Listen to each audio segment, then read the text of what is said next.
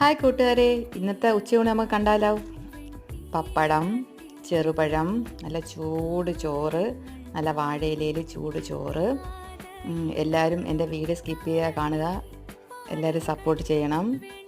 നല്ല ചൂട് ചോറ്, അത് കഴിഞ്ഞിട്ട് അതിൻ്റെ കൂടെ നല്ല കട്ട തൈര്, അത് കഴിഞ്ഞിട്ട് നല്ല സാമ്പാർ,